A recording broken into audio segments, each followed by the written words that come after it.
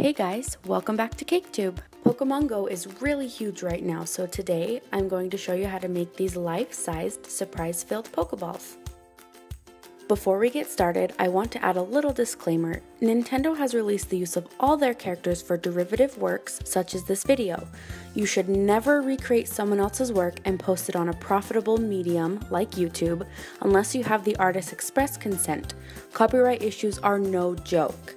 Plus, it's just not cool to profit off someone else's hard work without their permission. To begin, we're going to create the Pokeball halves. I will have the half sphere mold that I'm using in this video linked below.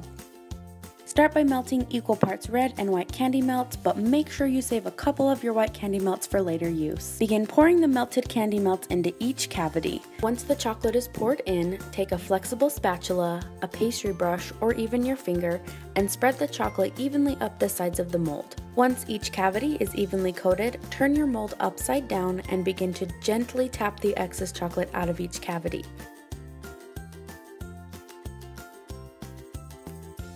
Go ahead and pop those into the freezer, and once solid, repeat these steps for a second coat.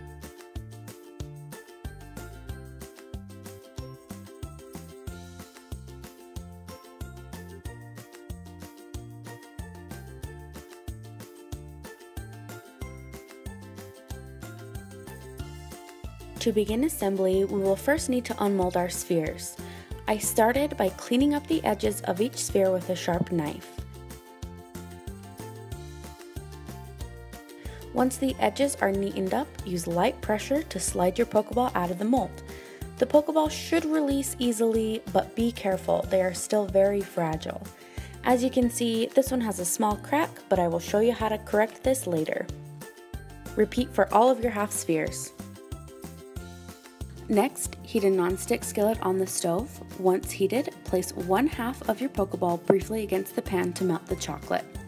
Once melted, put 1/2 of each color together, making sure the halves meet evenly the whole way around. Also, try not to do this, but if you do, no worries, I'll show you how to clean it up next. To make this Pokeball look nice and polished, start by removing the excess chocolate from where each half meets with a sharp knife. Be careful doing this and get someone to help you if needed. After you have cleaned up the seam, use the same sharp knife to gently scrape away any lumps or discoloration on your chocolate. I am holding the Pokeball in a paper towel to avoid contact with the heat of my hands. After the discoloration has been scraped away, buff out any imperfections with a clean paper towel. This step is perfect for cleaning up any imperfections like that crack that we saw when we first unmolded our Pokeball, or any oopsies like that red chocolate we got on our white half. I have my pan heated up again off to the side and a metal piping tip. Try to choose a piping tip that's close to the same size as your candy melt. Simply place the large circular end of the piping tip against your hot pan for a few seconds, and then place the tip straight onto the center of your Pokeball. Eventually, your piping tip will melt through and you will have the perfect hole to stuff candy in. Obviously, you can fill your Pokeball with whatever candy or small toys you would like. I think it would be really cute to have tiny plastic Pokemon inside if you can find them. To cover that seam and give this that classic Pokeball look, I am rolling out some black fondant, cutting it into a strip that is proportionate to the size of my Pokeball, and securing it to the Pokeball with some water. If you don't like fondant or you can't find it, you can also use something like black licorice or even try to pipe a band around the Pokeball with black candy melts.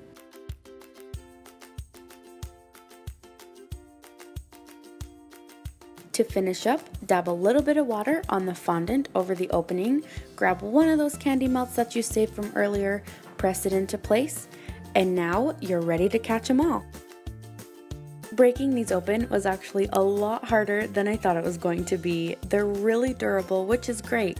That means they're not going to break during transportation and you can have a little bit of fun with them.